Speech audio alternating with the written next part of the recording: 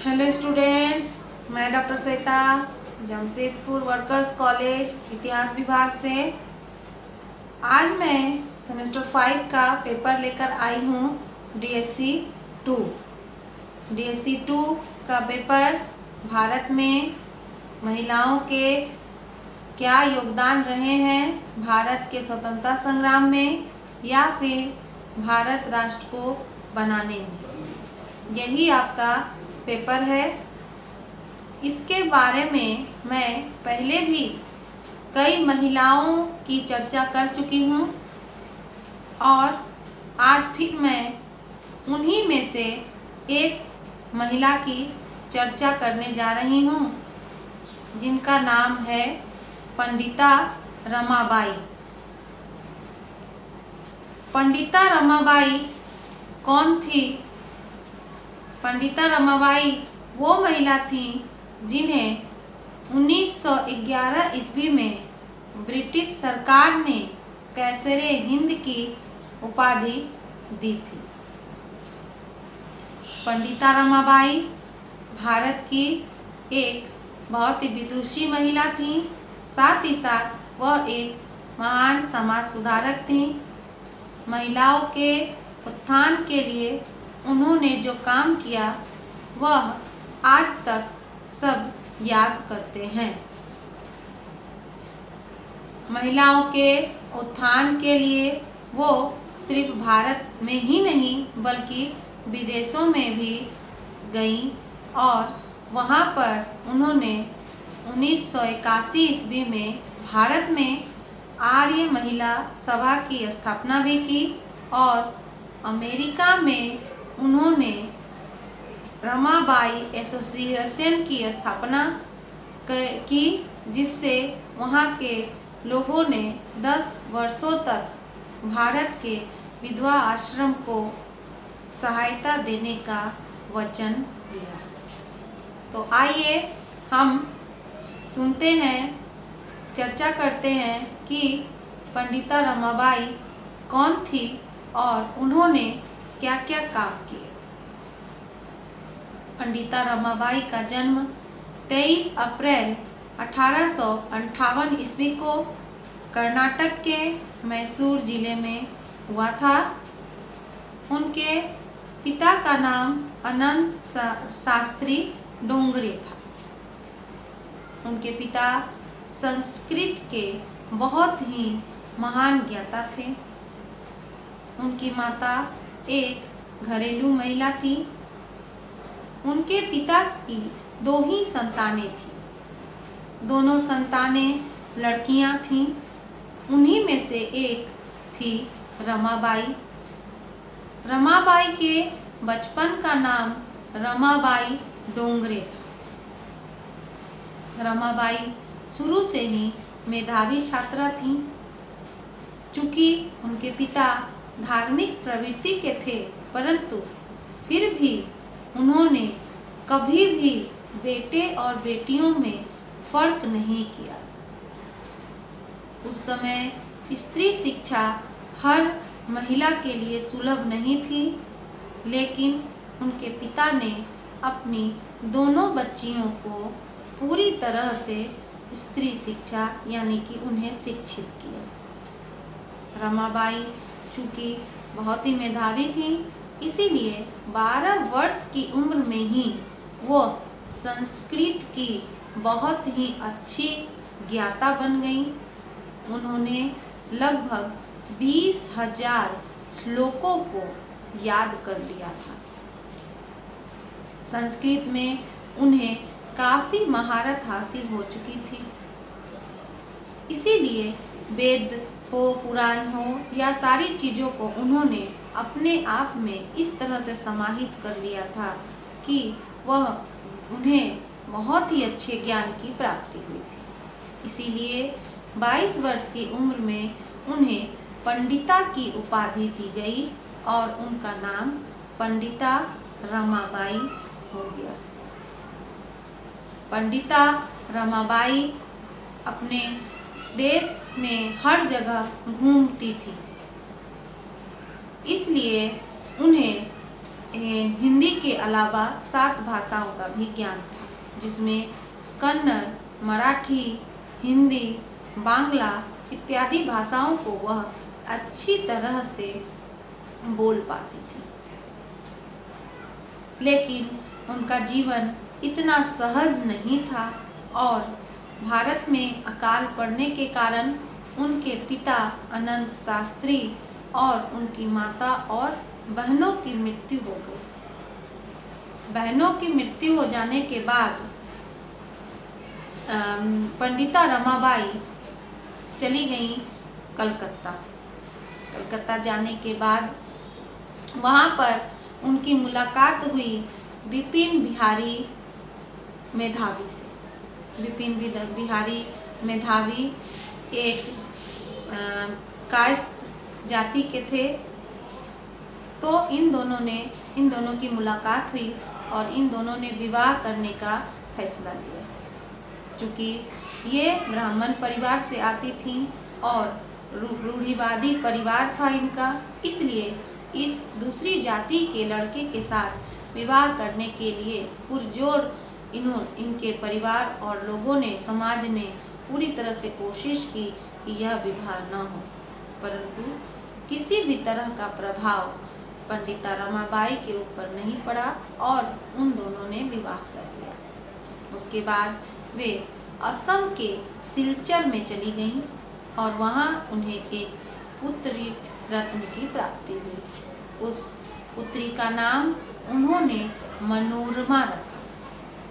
परंतु इनका विवाहित जीवन इतना सुखद नहीं रहा और उस पर एक ग्रहण लग गया और इनके पति की मृत्यु हो गई। पति की मृत्यु के बाद इनका मन वहाँ नहीं लगा और ये वहाँ से पुणे चली गई। पुणे जाने के बाद इनकी मुलाकात महादेव गोविंद राणा जी से हुई, जो बाल विवाह, सती प्रथा और विधवा पुनरुत्थान के लिए कार्य कर रहे थे। उनकी सहायता से इन्होंने महिलाओं के उत्थान के लिए आर्य महिला समाज की स्थापना की, जिसमें महिलाओं के सशक्तिकरण के लिए कार्य किया जाने लगा। इसी समय पंडिता रमाबाई के जीवन में एक मोड़ आता है। ठगूबाई नाम की एक महिला भागती हुई पंडिता रमाबाई के घर पहुंचती है। पंडिता रमाबाई ने उनसे पूछा कि क्या परेशानी है, तो उन्होंने कहा कि मेरी सबसे बड़ी परेशानी मेरा विधवा होना है। विधवा होने के कारण एक तरफ ससुराल वाले मेरा शोषण कर रहे हैं और दूसरी तरफ मेरा मायका, जो मेरे माता पिता है, वो मुझे अभाग्यशाली और तरह तरह के उपनामों से संबोधित करते हैं।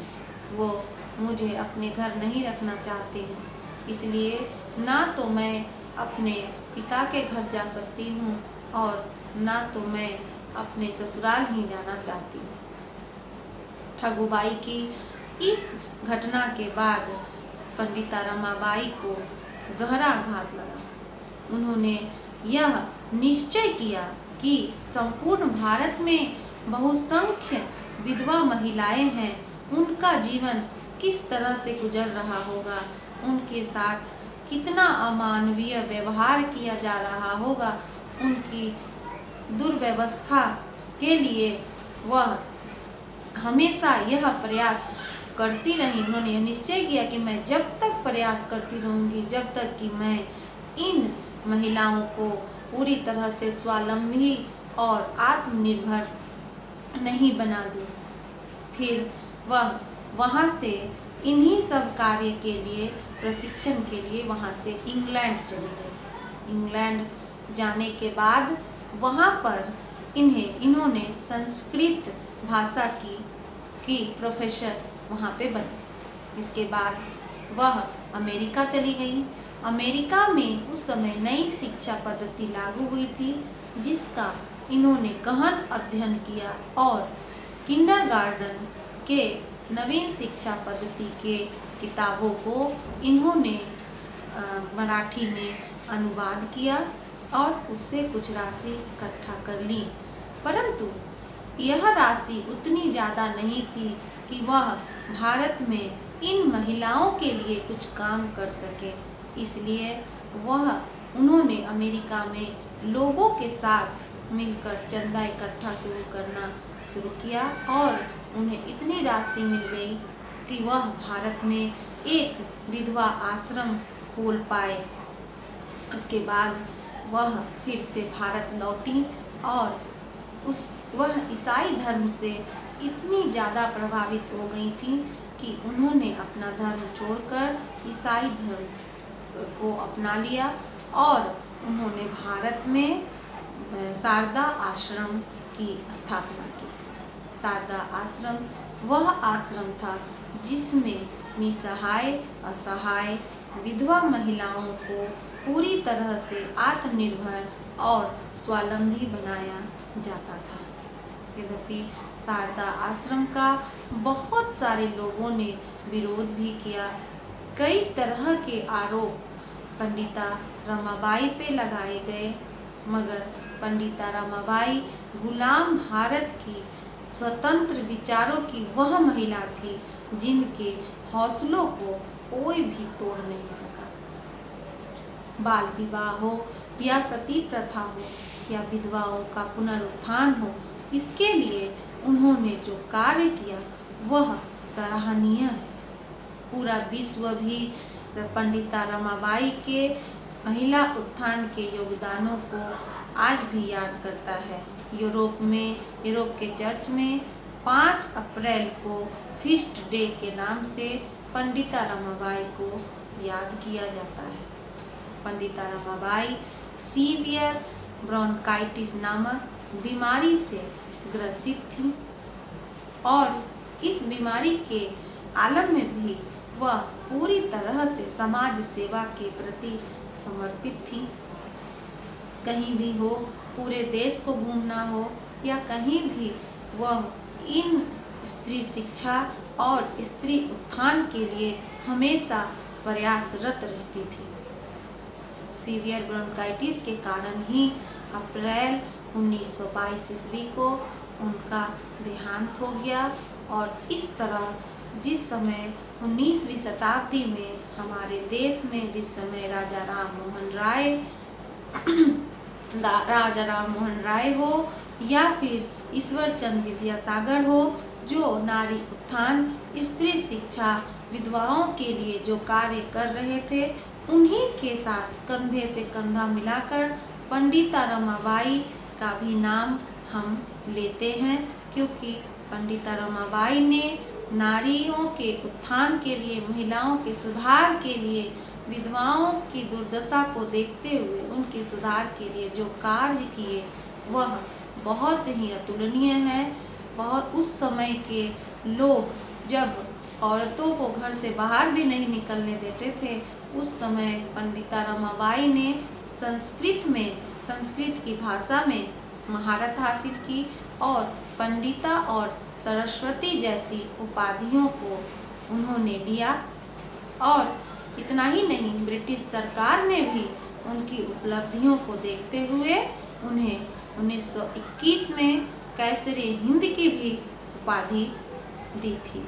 इस तरह पंडिता रमाबाई ने जो नारी के उत्थान के लिए और उसके सुधारों के लिए जो योगदान दिया है वह इतिहास में आज भी अमर है। तो दोस्तों, तो स्टूडेंट्स, आज हम पंडिता रमाबाई के बारे में हम लोगों ने चर्चा की। आगे भी मैं और वीडियो बनाती रहूँगी और कोशिश करूँगी कि आपका इस पेपर का सिलेबस पूरा कर पाऊँ। तब तक के लिए नमस्कार।